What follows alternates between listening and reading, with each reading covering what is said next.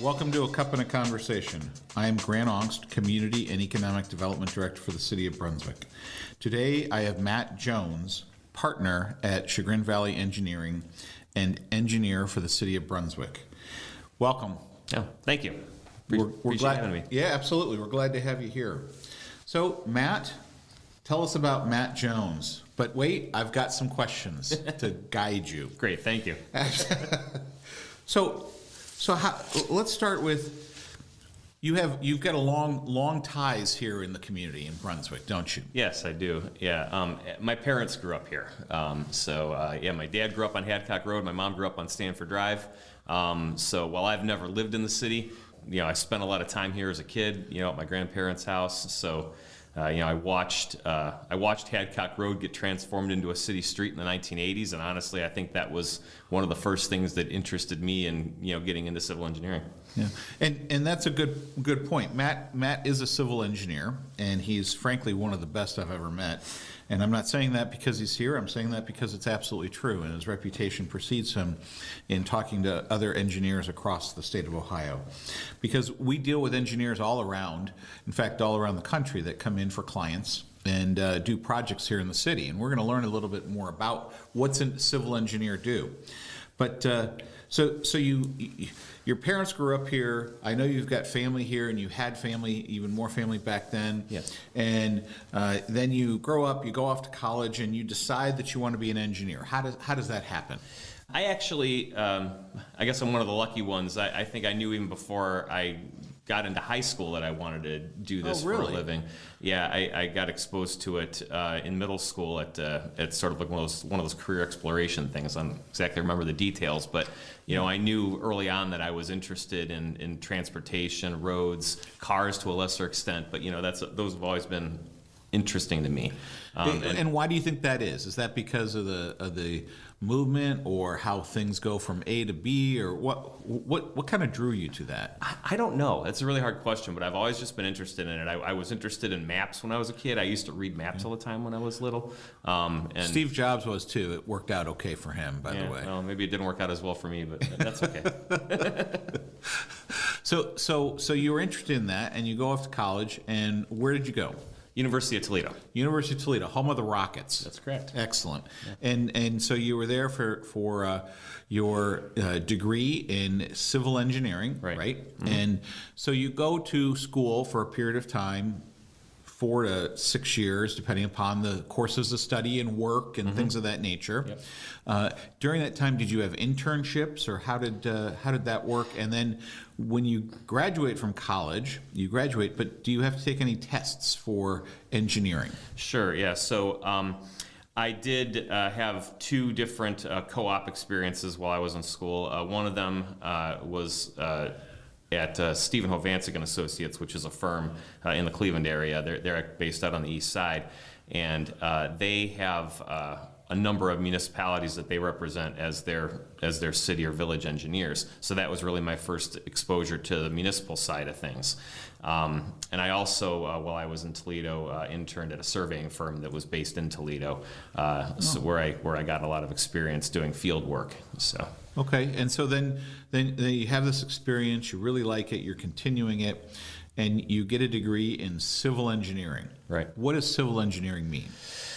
I mean, basically, it's the built environment. So, there's a number of different branches of it. There's the transportation side of things. There's site work, structural engineering, which is a significant branch of civil that I don't get into. There's also the environmental side of things, which I do have some experience with, particularly with stormwater. There's geotechnical engineering, which we are kind of, again, something my firm doesn't do, but it is something that is considered when we talk about foundations for roads and things like that. So. Okay. So you get your degree. And then I also happen to know that you have a PE license. Right. What is that? Professional engineer. So that's to get that licensure, you have to have a 4-year degree in civil engineering in most cases. There's a few exceptions to that. And you have to pass a fundamentals exam, which typically you take either during your last semester of school or shortly after. I took mine shortly after. And that's an 8-hour exam, 2 4-hour modules, and you have to pass both halves of that. And then after that, you gain a minimum of 4 years of experience working under a professional engineer. And then at that point, once you have the degree, the fundamentals exam, and the experience, you can take a professional engineer exam, which is another 8-hour exam.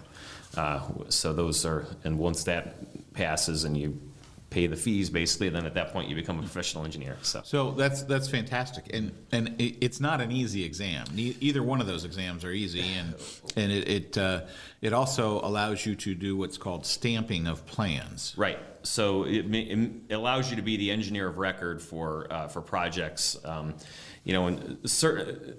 It's way more important for civil engineers. Well, I won't. Actually, I'm going to rephrase that. It's not more important for civil engineers, but there are more types of projects that civil engineers do that require the stamping of a professional engineer. So, like building a building, a foundation, a roadway. Sure, roadway plans in particular. Most municipalities, in fact, I think all municipalities by state law require that their city engineer or village engineer be a professional engineer that's licensed. As far as the plan work, most civil engineering plans do require them to be stamped by a professional engineer who's involved with and has overseen the total project. Not necessarily the person who worked on every aspect of it, but right. They're the one that's overseeing the whole thing, and the plans were made under their supervision. Interesting. So, but when you're being an engineer, especially in civil, you probably took a lot of courses in math or science or along those lines. People Yes. call it STEM. Yes. And so that's kind of important in your area, isn't it? Extremely, yeah. So the first couple of years of engineering school for your undergraduate degree is almost exclusively math and science classes. You end up taking several levels of calculus, probability and statistics type courses, differential equations, things like that. So it's You've just gone over my head, Matt. Yeah, and to be honest with you, I don't know that I could sit down and do any of it right now. That was that was 25 plus years ago, and fortunately those days are behind me. But yes, that was probably the hardest part about getting through college, the engineering school, is Sure. basically the early couple of years of math, and also science classes as well. There's some physics classes, but those kind of tie into the math you're taking. So Sure. if you figure out one, you can generally kind of work with the other. I've been told by other engineers that if you can get through the first 2 full years, the rest of it should move along pretty well. For the most part, yes. There are some elective classes in your 3rd and 4th years that are a little bit more challenging.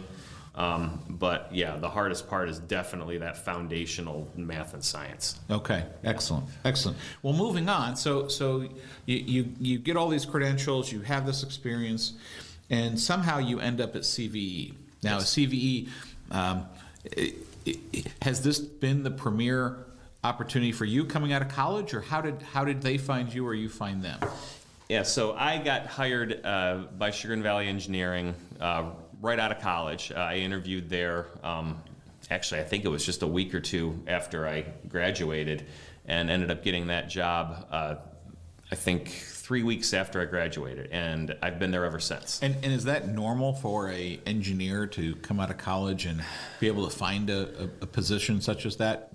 Back then, now it's hard. It's really hard to find qualified engineers. Yeah, so it was the market at that time was a little bit tight. I did have a little bit of an in with Chagrin Valley. I knew I knew someone who knew one of the owners. Okay, so that was how I got my initial interview. And in this particular structure of the company, there are multiple owners. It's a partnership. Correct. It's a partnership. So there's almost like a team of people running the operation. It's just not just a traditional one person does everything. Right, and that has evolved over the years as the company's grown. When I started there was only about 15 people there. There was 5 partners at the time, the 4 original partners, and they had just recently added one when I started. The company now has 11 partners. I'm one of them. Sure. I became a partner several years ago, but the 4 original partners are all still there. Oh, wow. So, That's yes. tremendous. So there's been growth. How many folks are in CVE now? I believe we're a little over 50 at this point. I think tremendous. I don't know the exact number, but I think it's right around 55. Okay, great. So now you're with CVE and you're continuing to learn the trades, because one of the interesting things about engineers that I found is that they are learners. They're constantly learning and studying and trying to help that next project and improve things. So eventually, you get to the City of Brunswick, and you become the engineer of record for the city. Yes. And how long have you been here with the city now? I was named city engineer in May of 2015, so a little under 8 years. Okay. Chagrin Valley has been here since 2004. I took over for one of my partners.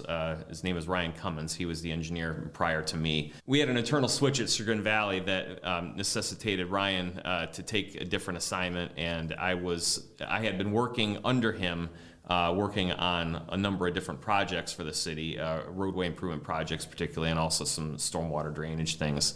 And I'd also been helping out a little bit with Planning Commission, so it was a natural fit for me then to come in and take over for him at that point. And you mentioned, and from my perspective, it's been nothing but excellent. So, but one of the things I've noticed in the 8 years that you've been here is that the stormwater management has become a critical part of what we do, more so than ever. And I think that's true of most cities in Northeast Ohio, because we've got a lot of old infrastructure. So when we build something new, or when we make improvements to something, we take that heavily into consideration. Sure. And what is stormwater management, Matt?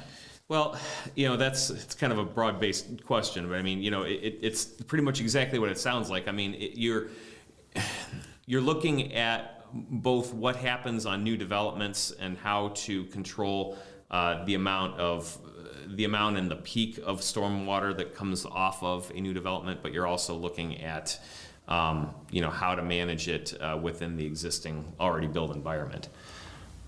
Okay, so somebody comes in and they want to build a new development meaning multiple buildings, whether they be a neighborhood or commercial buildings, and there's already an existing set of structures like a neighborhood next door, and people get concerned, and certainly understand that. Sure. We all do, because we all want to make sure our homes are safe and secure. Yep. And a lot of things they talk about are flooding. Right. But when you have a new development coming in, what is it that helps this issue? So typically the big concern is, as you stated, when a piece of land gets developed that either wasn't developed before or maybe was developed less intensely, and a larger or more, a larger scale development comes in, the concern is, well, where's the stormwater going to go, and how is it going to impact the people next to it? We have ordinances in the city that require any such development to control the amount of flow that comes off the site, but also, more importantly, control the peak flows that come off the site. So the way that's done is through stormwater retention or stormwater detention, depending on the two terms are used kind of interchangeably. But basically, what it means is that the peak flow leaving a site has to be lower after development than it was before, and you do that by retaining some of the stormwater on site and releasing it at a slower rate back into the place where it would have otherwise gone anyways. And that release would be really over time. So think of a bathtub. You fill the bathtub and you hold it, and then instead of flipping the lever and having it all flow out real fast, you just move it just a little bit, and it slowly releases over time. Right, it's the same principle. So basically what you're doing is you're creating a storage area on the site, and typically it's above ground. It'd be a pond of some sort, Sure. Whether it's a dry pond, meaning basically just a low area that gets wet when it rains, or an actual pond that has additional area above it where additional flow can hit it and then slowly drop down to its normal level. But that's the idea. There's a control structure at the downstream side of it that has typically an orifice, so a smaller opening, much smaller than the pipes or the overland flows that come into the pond. And that orifice then restricts the amount of flow that can come out of that detention basin. Okay. And that way the peak flows in the stream or the storm sewer that it ties into are lower than they would have been had the development not been built.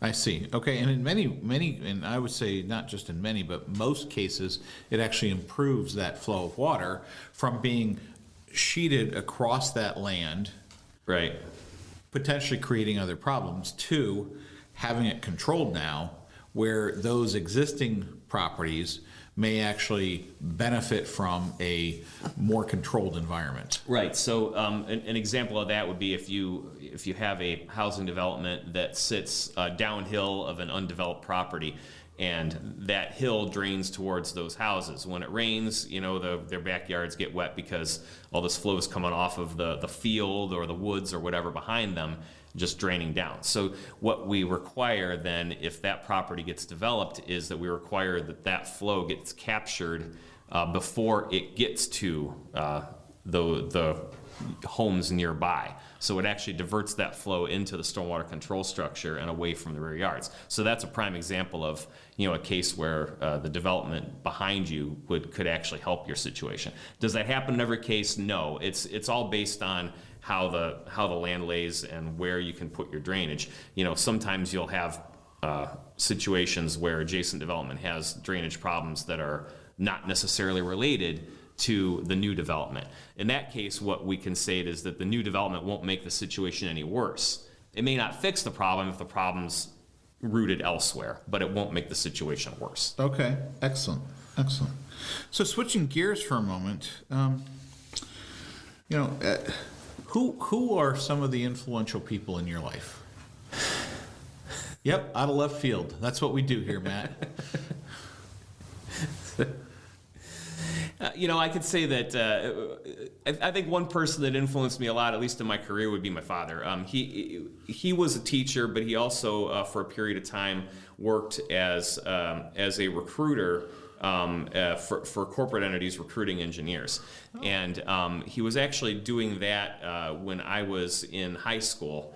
And he'd kind of encouraged me to look into engineering. He not necessarily... he's not an engineer, so he didn't necessarily know what was involved with what we actually did and which part of engineering might interest me. But he met with a lot of young people in their early 20s or whatever that are just getting out of college, and seeing the opportunities that they had. He knew that I had a decent affinity for math and science. I mean, I wasn't a genius at it, but I was, I was decent at it. I had enough skills that I could get through the coursework.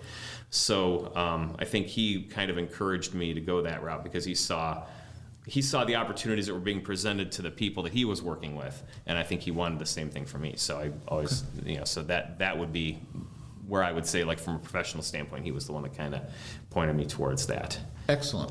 So what about shifting gears again? So what is your favorite donut?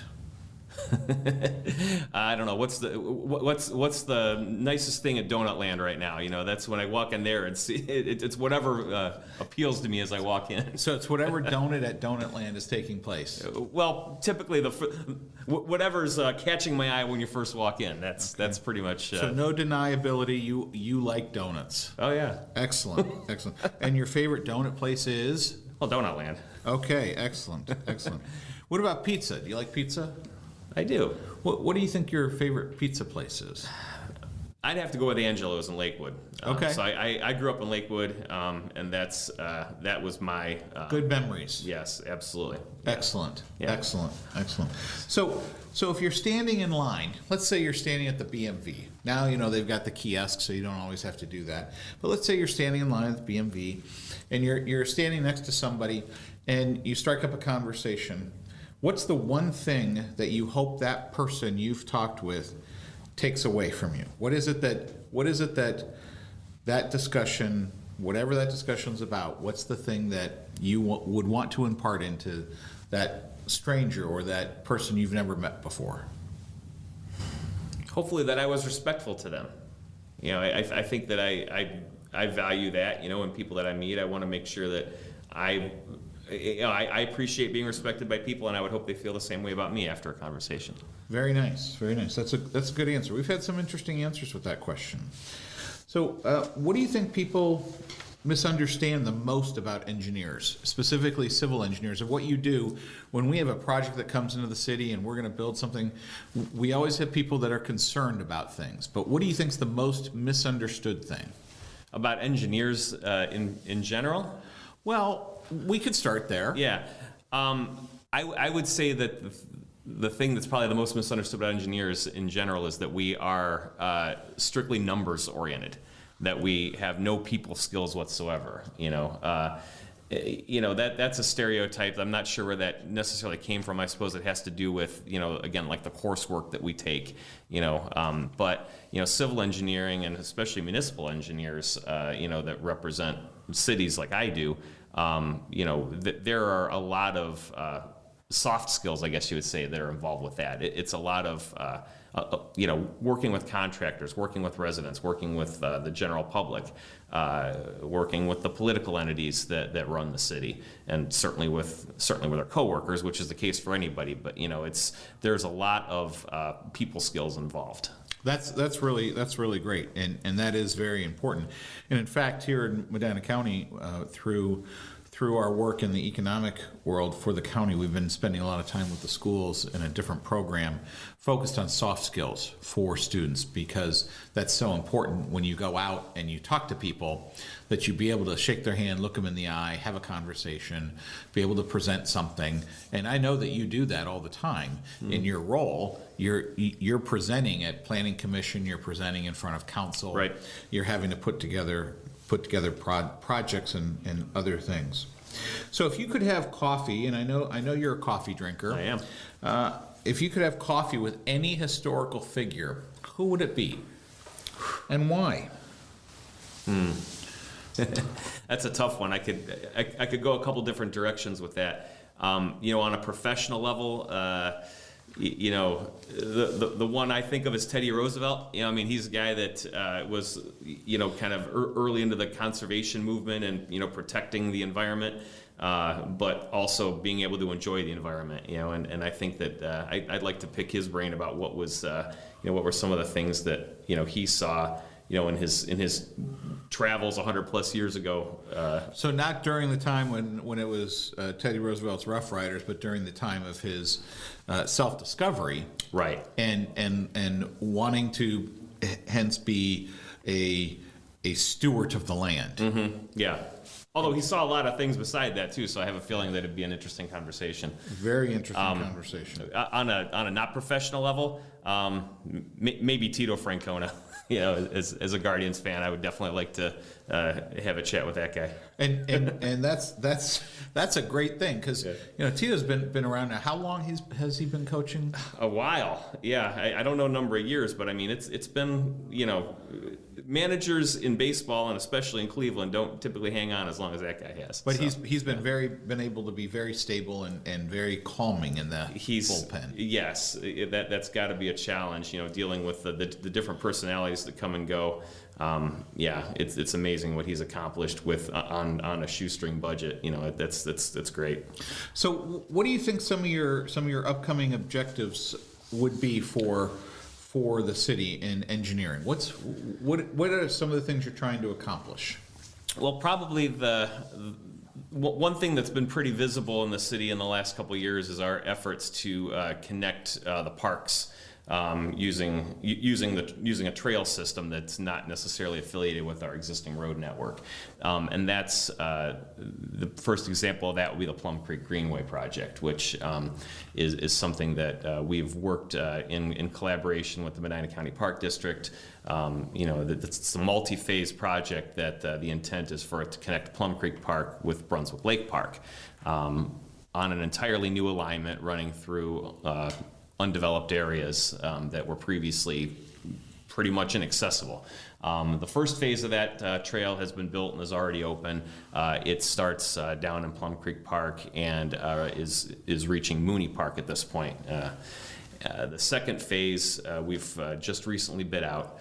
It hasn't been awarded yet. We're still working through some contract details, but that phase will connect the Mooney Park section to Laurel Road and will include a new trailhead parking lot on Laurel Road, which will enable people to be able to basically park at that location and head south of Plum Creek on the trail. Oh, very nice. The third phase, which is currently in design development, and we're working with the Park District to finalize that right now. In fact, we have a meeting with them next week to discuss some of the particulars of this, will extend from that parking lot that's going to be built later this year northward to Brunswick Lake Parkway. So when that third phase is built, we're hoping that that third phase will be able to be built next year. These things do take time. There's environmental permitting involved that may push that back. But our hope is that by the end of 2024, you'll have a continuous trail link from Brunswick Lake Park all the way down to Plum Creek Park. That is a fantastic project, and if people haven't been on it, they should go take a wander and take a walk.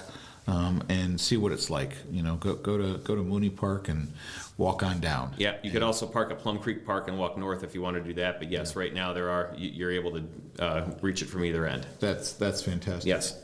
So what are you passionate about these days? What's the professionally, personally, what is it that is driving Matt these days? I mean, professionally, I think it's my desire to make Brunswick in particular, but Brunswick's one of several communities that my firm represents, and one of a couple that I personally am deeply involved with. But my desire, especially with Brunswick, given my background here, my family's background here, is to just leave this a better place than where I left it from a standpoint of infrastructure. I know that there are some challenges with the infrastructure in the city. So we talked about stormwater a little bit. There's also definitely some room for improvement on some of the older established residential streets. We're working through finding ways to get those streets improved and lasting longer, with the funds that we have. Sure.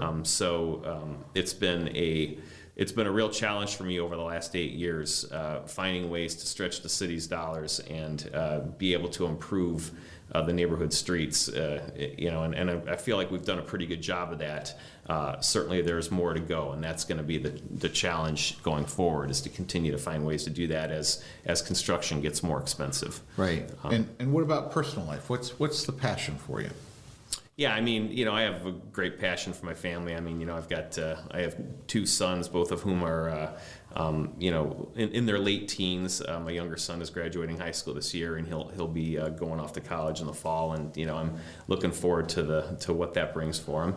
And my older son, as he works his way into the workforce, it's been a real treat seeing that, and I'm seeing the growth and the sure. change, and especially now, I think at this point in time and age, you really see that leap and forward as to, okay, maybe we did a good job now.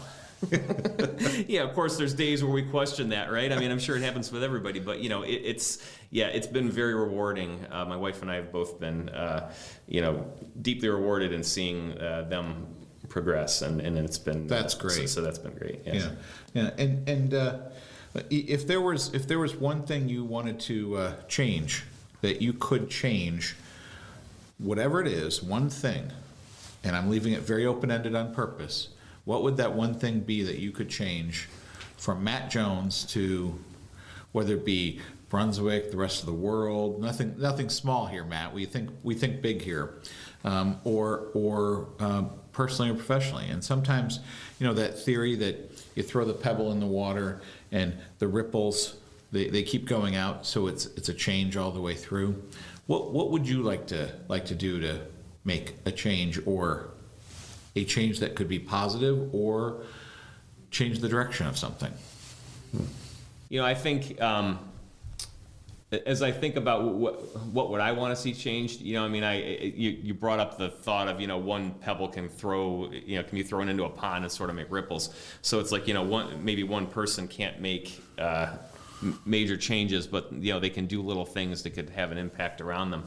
I think as I think of that, what impacts what I do the most is probably the way things are funded, right? And I think that's I would like to see changes in the way we fund infrastructure, at multiple levels, at the federal level, state level, and also at the local level. I think that we have a lot of challenges. We have access to money through grants and things like that. It'd be nice if some of those grant funds could be pointed more towards where the city's needs truly are. And that's the case, everywhere. You do your best to find a match.